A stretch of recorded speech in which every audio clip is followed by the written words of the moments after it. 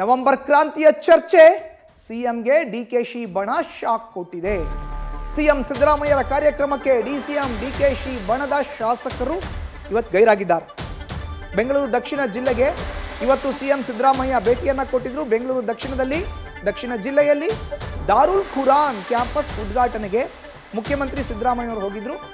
ಬಿಡದಿಯ ಬನ್ನಿಕುಪ್ಪೆ ಬಳಿ ನಡೆದಂತ ಉದ್ಘಾಟನಾ ಕಾರ್ಯಕ್ರಮ.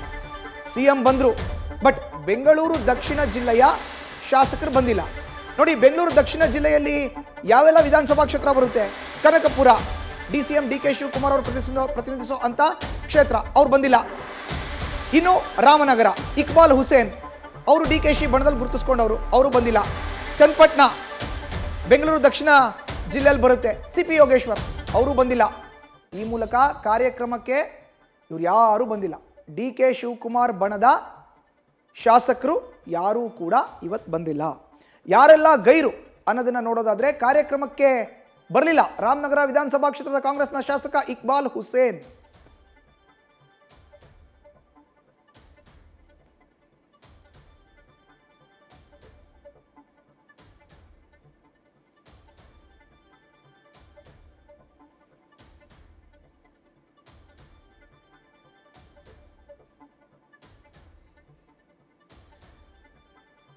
ನೋಡಿ, ಇವತ್ತು ಬೆಂಗಳೂರು ದಕ್ಷಿಣ ಜಿಲ್ಲೆಯ ಬಿಡದಿಯ ಬನ್ನಿಕುಪ್ಪ ಸಮೀಪ ಉದ್ಘಾಟನಾ ಕಾರ್ಯಕ್ರಮಕ್ಕೆ ರಾಜ್ಯದ ಮುಖ್ಯಮಂತ್ರಿ ಸಿದ್ದರಾಮಯ್ಯವರು ಆಗಮಿಸ್ತಾರೆ ಅನ್ನೋದು ಗೊತ್ತಿತ್ತು.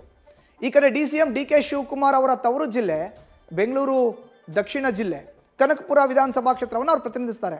ಅವರು ಬೆಂಗಳೂರಿನಲ್ಲಿ ಇವತ್ತು ಯಶವಂತಪುರ ವಿಧಾನಸಭಾ ಕ್ಷೇತ್ರದಲ್ಲಿ ಬೆಂಗಳೂರು ನಡಿಗೆ ಉದ್ಯಾನವನಕ್ಕೆ ಭೇಟಿಯನ್ನು ಕೊಟ್ಟಿದ್ರು. ಅವ್ರು ಗೈರಾಗಿದ್ರು.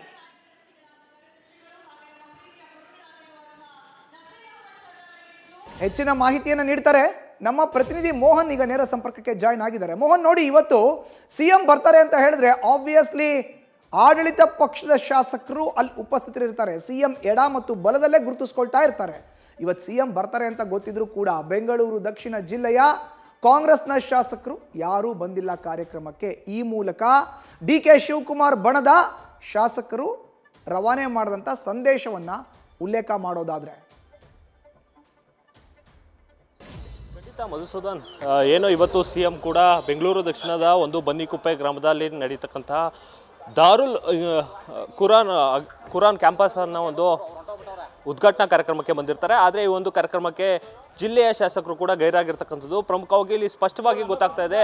ಏನು ಯತೀಂದ್ರ ಸಿದ್ದರಾಮಯ್ಯ ಅವರು ನೀಡಿದಂಥ ಒಂದು ಹೇಳಿಕೆಯ ಬಳಿಕ ಈ ಒಂದು ಘಟನೆ ನಡೆದಿರ್ತಕ್ಕಂಥದ್ದು. ಅಂದರೆ ಪ್ರಮುಖವಾಗಿ ಎಲ್ಲ ಶಾಸಕರು ಗೈರಾಗಿರತಕ್ಕಂಥದ್ದನ್ನ ಕಣ್ಣೋದಾದರೆ ಇಲ್ಲಿ ಶಿವಕುಮಾರ್ ಬಣ ಅನ್ನೋದು ಕೂಡ ಇಲ್ಲಿ ಎದ್ದು ಕಾಣ್ತಿರ್ತಕ್ಕಂಥದ್ದು. ಪ್ರಮುಖವಾಗಿ ಈ ಹಿಂದೆನೂ ಕೂಡ ಸಾಕಷ್ಟು ಬಾರಿ ಶಾಸಕ ಇಕ್ಬಾಲ್ ಹುಸೇನ್ ಆಗಿರ್ಬೋದು, ಹಾಗೆ ಬಾಲಕೃಷ್ಣ ಆಗಿರ್ಬೋದು, ಸಾಕಷ್ಟು ಬಾರಿ ಎದುರಿಗೇನೆ ಅಂದರೆ ಡಿ ಕೆ ಶಿವಕುಮಾರ್ ಅವರ ಪರವಾಗಿ ಇದ್ದೇವೆ, ನಾವು ಡಿ ಕೆ ಶಿವಕುಮಾರ್ ಅವರು ಸಿಎಂ ಆಗಲೇಬೇಕು ಅನ್ನೋ ಒಂದು ಸಂದೇಶವನ್ನು ರವಾನೆಯನ್ನು ಮಾಡ್ತಲೇ ಇದ್ರು. ಆದರೆ ಇವತ್ತು ನಡೆದಂತಹ ಒಂದು ಘಟನೆ ಏನಿದೆ ಇದನ್ನು ನೋಡ್ತಾ ಹೋದಂಥ ಸಂದರ್ಭದಲ್ಲಿ ಜಿಲ್ಲೆಯಲ್ಲಿ ಡಿ ಕೆ ಶಿವಕುಮಾರ್ ಪರವಾಗಿ ಎಲ್ಲ ಶಾಸಕರು ಕೂಡ ಇರ್ತಕ್ಕಂಥದ್ದು. ಅದಲ್ಲದೆ ಏನು ಈ ಹಿಂದೆನೂ ಕೂಡ ಡಿ ಕೆ ಶಿವಕುಮಾರ್ ಅವರು ಏನು ತಮ್ಮ ಪಕ್ಷ ಆಡಳಿತ ಪಕ್ಷಕ್ಕಾಗಿ ಬರಬೇಕು ಅನ್ನೋ ಒಂದು ನಿಟ್ಟಿನಲ್ಲಿ ಜಿಲ್ಲೆಯ ಎಲ್ಲ ಶಾಸಕರನ್ನ ಗೆಲ್ಲಿಸಿಕೊಂಡು ಬರುವಂಥ ಕೆಲಸವನ್ನು ಮಾಡಿದರು. ಹೀಗಾಗಿ ಡಿಸಿಎಂ ಡಿ ಕೆ ಶಿವಕುಮಾರ್ ಅವರ ಪರ ಈಗಾಗಲೇ ಎಲ್ಲ ಶಾಸಕರು ನಿಂತಿರ್ತಕ್ಕಂಥದ್ದು ಸಾಕಷ್ಟು ಸ್ಪಷ್ಟವಾಗಿ ಗೊತ್ತಾಗ್ತಾ ಇರ್ತಕ್ಕಂಥದ್ದು. ಪ್ರಮುಖವಾಗಿ ಜಿಲ್ಲೆಯಲ್ಲಿ ಅಂದರೆ ರಾಮನಗರ ಕ್ಷೇತ್ರದಲ್ಲಿ ಶಾಸಕ ಇಕ್ಬಾಲ್ ಹುಸೇನ್ ಅವರು ಕೂಡ ಇದ್ರೂ ಕೂಡ ಈ ಒಂದು ಸಿಎಂ ಅವರ ಒಂದು ಕಾರ್ಯಕ್ರಮಕ್ಕೆ ಗೈರಾಗಿರ್ತಕ್ಕಂಥದ್ದು ಇಲ್ಲಿ ಎದ್ದು ಕಾಣ್ತಾ ಇರ್ತಕ್ಕಂಥದ್ದು. ಅದಲ್ಲದೆ ಸಿಪಿ ಯೋಗೇಶ್ವರ್ ಅವರು ಹಾಗೆ